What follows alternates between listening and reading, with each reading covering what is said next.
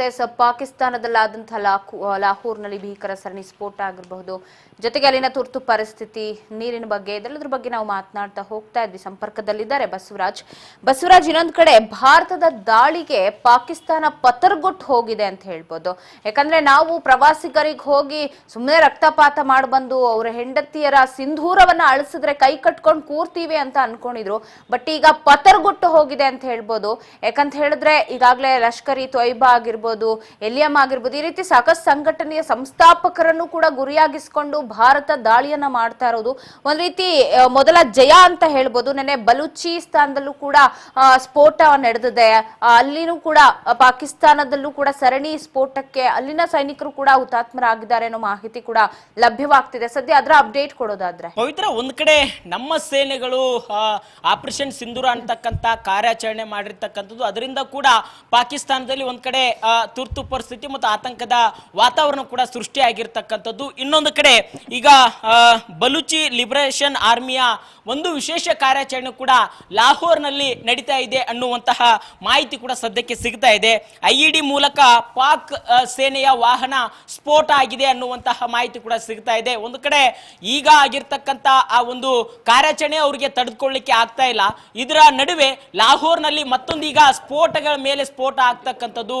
ಅವರ ಸೈನಿಕರು ನಮ್ಮ ಒಂದು ಆಪರೇಷನ್ ಸಿಂಧೂರ ಅಂತಕ್ಕಂಥ ಕಾರ್ಯಾಚರಣೆ ಮಾಡಿದಂತ ಸಂದರ್ಭದಲ್ಲಿ ಪಾಕಿಸ್ತಾನದ ಯಾವ ಜನರಿಗೆ ಮತ್ತೆ ಪಾಕಿಸ್ತಾನದ ಒಂದ್ ಕಡೆ ಏನು ಈ ಸೈನಿಕರಿಗೂ ಕೂಡ ಯಾವುದೇ ರೀತಿ ತೊಂದರೆ ಆಗಿರ್ಲಿಲ್ಲ. ಆದ್ರೆ ಈಗ ಒಂದ್ ಕಡೆ ಅಲ್ಲಿರ್ತಕ್ಕಂಥ ಒಂದು ಲಿಬರೇಷನ್ ಆರ್ಮಿಯ ವಿಶೇಷ ಕಾರ್ಯಾಚರಣೆ ಏನಿದೆ, ಇದರಿಂದ ಅಲ್ಲಿರ್ತಕ್ಕಂಥ ಸೈನಿಕರಿಗೂ ಕೂಡ ಸಾವನ್ನಪ್ಪಿದ್ದಾರೆ ಅನ್ನುವಂತಹ ಸದ್ಯಕ್ಕೆ ಕೂಡ ಮಾಹಿತಿ ಸಿಗ್ತಾ ಇದೆ ಪವಿತ್ರ. ಹಾಗಾಗಿ ಪಾಕ್ ಸೈನಿಕರು ಮತ್ತೆ ಮಿಲಿಟರಿ ಕಾರ್ಯಾಚರಣೆ ತೆರಳುತ್ತಿದ್ದಂತ ಸಂದರ್ಭದಲ್ಲಿ ಈ ಒಂದು ದಾಳಿ ಆಗಿದೆ ಅನ್ನುವಂತಹ ಮಾಹಿತಿ ಸಿಗ್ತಾ ಇದೆ.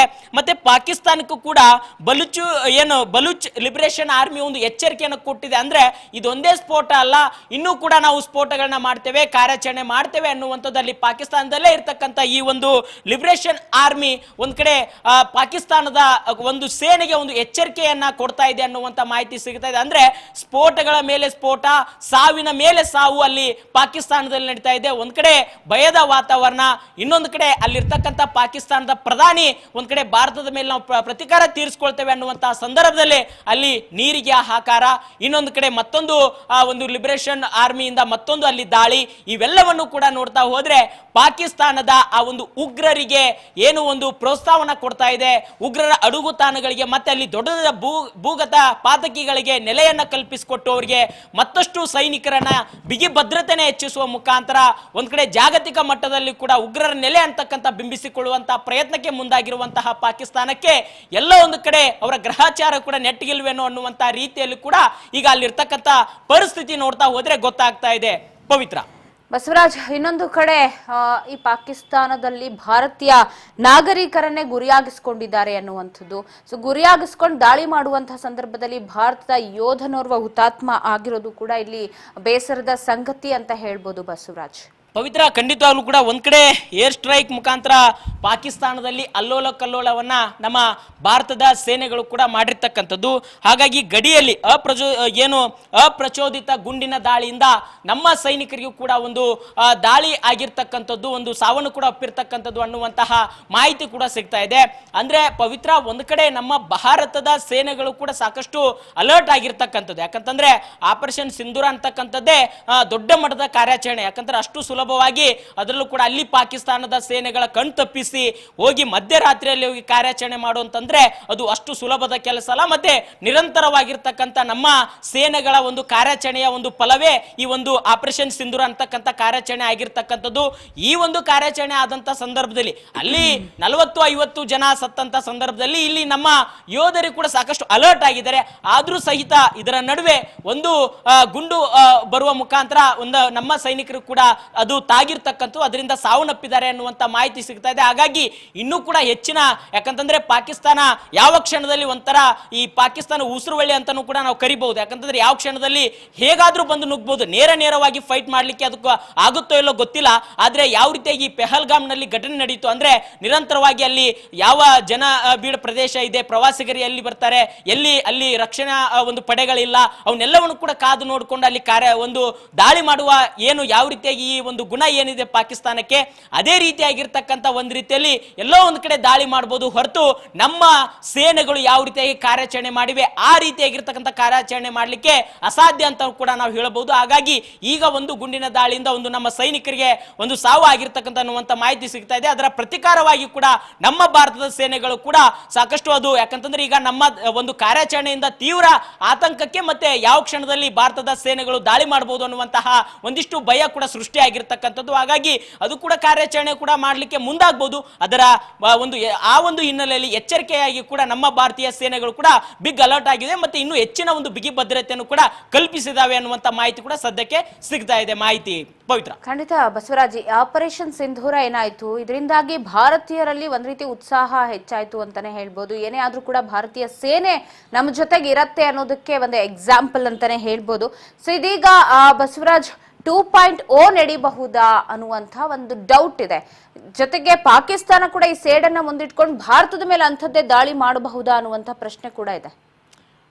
ಖಂಡಿತ ಪವಿತ್ರ. ಒಂದ್ ಕಡೆ ಈಗ ಪಾಕಿಸ್ತಾನದ ಮೇಲೆ ದಾಳಿಯನ್ನ ನಡೆಸಿದಂತ ಸಂದರ್ಭದಲ್ಲಿ ಪಾಕಿಸ್ತಾನ ಕೂಡ ಪ್ರತಿಕಾರವನ್ನ ತೀರಿಸಿಕೊಳ್ಳಬೇಕು ಅನ್ನುವಂತ ನಿಟ್ಟಿನಲ್ಲಿ ಮುಂದಾಗಿರ್ತಕ್ಕಂಥದ್ದು. ಇದಕ್ಕಿಂತ ಮುಂಚಿತವಾಗಿ ನಾವು ಯಾವಾಗ ರಾಜತಾಂತ್ರಿಕವಾಗಿ ನಿರ್ಧಾರವನ್ನ ಕೈಗೊಂಡಿವಿ ಅಂದ್ರೆ ಸಿಂಧು ನದಿ ನೀರನ್ನ ನಿಲ್ಲಿಸೋದಾಗಿರ್ಬಹುದು ಮತ್ತೆ ನಮ್ಮ ಭಾರತದಲ್ಲಿ ಇರ್ತಕ್ಕಂಥ ಪಾಕಿಸ್ತಾನದ ಪ್ರಜೆಗಳು 48 ಗಂಟೆಗಳಲ್ಲಿ ಅವರು ಭಾರತವನ್ನ ಬಿಟ್ಟು ಹೋಗ್ಬೇಕು ಅನ್ನುವಂತಹ ನಿರ್ಧಾರ ಆಗಿರ್ಬೋದು, ಅವ್ರನ್ನೆಲ್ಲವರನ್ನು ಕೂಡ ಇಡೀ ದೇಶಾದ್ಯಂತ ಅವರ ದೇಶಕ್ಕೆ ಕಳಿಸುವಂತ ಪ್ರಯತ್ನ ಆಗಿರ್ಬೋದು, ವಾಘಾ ಗಡಿ ಬಂದ್ ಆಗಿರ್ಬೋದು, ಇವೆಲ್ಲವನ್ನು ಕೂಡ ಮಾಡಿದಂತ ಸಂದರ್ಭದಲ್ಲಿ ನಿಜಕ್ಕೂ ಕೂಡ ನಾವು ಕೂಡ ಯಾವುದೇ ಕ್ಷಣದಲ್ಲೂ ಕೂಡ ನಾವು ಯುದ್ಧ ಮಾಡಲಿಕ್ಕೆ ಸಿದ್ಧ ಅನ್ನುವಂತ ರೀತಿಯಲ್ಲಿ ಕೂಡ ಪಾಕಿಸ್ತಾನದ ಸೇನೆಯ ಮುಖ್ಯಸ್ಥರಾಗಿರ್ಬೋದು ಅಥವಾ ಅಲ್ಲಿರ್ತಕ್ಕಂಥ ಒಂದು ಜನಪ್ರತಿನಿಧಿಗಳು ಕೂಡ ಹೇಳಿಕೆಯನ್ನ ಕೊಡ್ತಾ ಇದ್ರು. ಅದರ ಭಾಗವಾಗಿ ನಮ್ಮ ಸೇನೆಗಳು ಕೂಡ ಕಾರ್ಯಾಚರಣೆ ನಡೆಸಿದಂತ ಸಂದರ್ಭದಲ್ಲಿ ಆಪರೇಷನ್ ಸಿಂಧೂರ ಅಂತಕ್ಕಂಥ ಕಾರ್ಯಾಚರಣೆ ವಿಶೇಷ ಕಾರ್ಯಾಚರಣೆ ಮಾಡಿದಂತ ರೀತಿಯಲ್ಲಿ ನೋಡಿದ್ರೆ ಪಾಕಿಸ್ತಾನ ನಿಜಕ್ಕೂ ಕೂಡ ಈ ರೀತಿಯಾಗಿರ್ತಕ್ಕಂಥ ಕಾರ್ಯಾಚರಣೆ ಮಾಡ್ತಾರೋ ಇಲ್ಲೋ ಅನ್ನುವಂಥದ್ದು ಕೂಡ ಅವರು ಗೊತ್ತಾಗಿರ್ಲಿಲ್ಲ ಅನ್ನುವಂಥ ಮಾಹಿತಿ ಕೂಡ ಸದ್ಯಕ್ಕೆ ಸಿಗ್ತಾ ಇದೆ.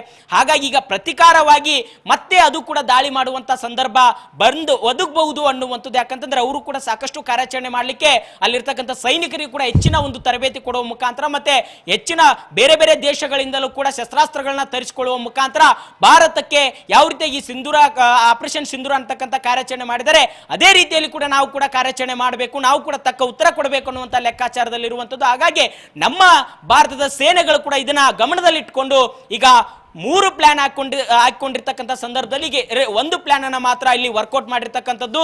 ಇನ್ನೂ 2 ಅಸ್ತ್ರಗಳು ಕೂಡ ನಮ್ಮಲ್ಲಿ ಇರ್ತಕ್ಕಂಥದ್ದು. ಯಾವಾಗ ಪಾಕಿಸ್ತಾನದ ಪ್ರತಿಕ್ರಿಯೆಗಳು ಹೇಗಿದೆ, ಪಾಕಿಸ್ತಾನ ಇಷ್ಟಕ್ಕೆ ಸುಮ್ಮನೆ ಆಗುತ್ತೋ ಅಥವಾ ಇನ್ನೇನಾದ್ರೂ ಉಡಾಪೆಯ ಒಂದು ರೀತಿಯಲ್ಲಿ ಕಾರ್ಯಾಚರಣೆಗೆ ಮುಂದಾದ್ರೆ ಅಥವಾ ಈ ರೀತಿ ಉಗ್ರರ ಮುಖಾಂತರ ಏನಾದ್ರೂ ದಾಳಿಯನ್ನ ಮಾಡುವ ಮುಖಾಂತರ ಏನಾದ್ರೂ ಮುನ್ನೆಲೆಗೆ ಬಂದ್ರೆ ತಕ್ಕ ಪಾಠವನ್ನು ಕಲಿಸ್ಲಿಕ್ಕೆ ನಮ್ಮ ಸೇನೆಗಳು ಕೂಡ ಇನ್ನೂ 2 ಪ್ಲಾನ್ಗಳನ್ನು ಕೂಡ ರೆಡಿ ಮಾಡಿಕೊಂಡಿದ್ದಾವೆ ಅನ್ನುವಂತ ಮಾಹಿತಿ ಸಿಗ್ತಾ ಇದೆ. ಆ ಇನ್ನೂ 2 ಪ್ಲಾನ್ಗಳು ಕೂಡ ಅಲ್ಲಿ ಉಗ್ರರ ಮೇಲೆ ದಾಳಿ ಆಗಿರಬಹುದು ಅಥವಾ ನೇರವಾಗಿ ಸೈನಿಕರ ಮೇಲೆ. ಈಗ ಕೇವಲ 9 ಉಗ್ರರ ಅಡಗುತಾಣಗಳ ಮೇಲೆ ಮಾತ್ರ ದಾಳಿ ಆಗಿರ್ತಕ್ಕಂಥದ್ದು. ಆದ್ರೆ ಅಲ್ಲಿರ್ತಕ್ಕಂಥ ಸೈನಿಕರಿಗಾಗ್ಲಿ ಅಥವಾ ಇನ್ನುಳಿದ ಪ್ರಜೆಗಳಿಗಾಗಲಿ ಯಾವುದೇ ರೀತಿ ತೊಂದರೆ ಆಗಿಲ್ಲ. ಆದ್ರೆ ಪಾಕಿಸ್ತಾನ ಏನಾದ್ರೂ ನೇರವಾಗಿ ಯುದ್ಧಕ್ಕೆ ಏನಾದ್ರೂ ಬಂದ್ರೆ ಅಥವಾ ಮತ್ತೇನಾದ್ರೂ ದಾಳಿ ಮಾಡಿದ್ರೆ ಅಲ್ಲಿರ್ತಕ್ಕಂಥ ಕಟ್ಟಡಗಳಾಗಿರಬಹುದು, ಅಲ್ಲಿರ್ತಕ್ಕಂಥ ಪ್ರಜೆಗಳಿಗೆ ಆಗಿರಬಹುದು ಮತ್ತೆ ಸೇನೆಗಳ ಮೇಲೆ ಕೂಡ ಗುರಿಯಾಗಿಸಿಕೊಂಡು ನಮ್ಮ ಭಾರತದ ಸೇನೆಗಳು ಒಂದು ದಾಳಿ ಮಾಡಲಿಕ್ಕೆ ಸಾಕಷ್ಟು ಒಂದು ಕಡೆ ಕಾರ್ಯಾಚರಣೆ ನಡೆಸಿವೆ. ಅದರ ಭಾಗವಾಗಿ ಇನ್ನು 2 ಪ್ಲಾನ್ಗಳನ್ನು ಕೂಡ ವರ್ಕೌಟ್ ಮಾಡ್ತಾ ಇದ್ದಾವೆ. ಅದಕ್ಕೆ ಸಂಬಂಧಪಟ್ಟಂತೆ ಕೂಡ ಇನ್ನೂ ಕೂಡ ಹೆಚ್ಚಿನ ಸಭೆಯನ್ನ ನಡೆಸಿ ಒಂದು ನಿರ್ಧಾರವನ್ನು ಕೈಗೊಳ್ಳುವಂತ ಸಾಧ್ಯತೆ ಇದೆ. ಈಗ ಸದ್ಯಕ್ಕೆ ಪವಿತ್ರ ಪಾಕಿಸ್ತಾನದ ಪ್ರತಿಕ್ರಿಯೆಗಳು ಹೇಗಿದೆ ಅನ್ನುವಂಥದ್ದನ್ನ ಒಂದು ಚಲನವಲನಗಳನ್ನ ಗಮನಿಸುವಂತ ಪ್ರಯತ್ನಕ್ಕೆ ನಮ್ಮ ಭಾರತದ ಸೇನೆಗಳು ಮುಂದಾಗಿರ್ತಕ್ಕಂಥದ್ದು. ಅದನ್ನ ಗಮನದಲ್ಲಿಟ್ಕೊಂಡು ಪಾಕಿಸ್ತಾನ ಏನಾದರೂ ಹೆಚ್ಚಿನ ರೀತಿಯಲ್ಲಿ ಏನಾದರೂ ಮುನ್ನೆಲೆಗೆ ಬಂದ್ರೆ ಅದಕ್ಕೆ ತಕ್ಕ ಪಾಠ ಉತ್ತರ ಕೊಡ್ಲಿಕ್ಕೆ ನಮ್ಮಲ್ಲೂ ಕೂಡ ಸಾಕಷ್ಟು ಪ್ಲಾನ್ಗಳನ್ನ ಸಿದ್ಧಪಡಿಸಿಕೊಂಡಿದ್ದಾರೆ ಅನ್ನುವಂತ ಮಾಹಿತಿ ಕೂಡ ಸಿಗ್ತಾ ಇದೆ ಪವಿತ್ರ.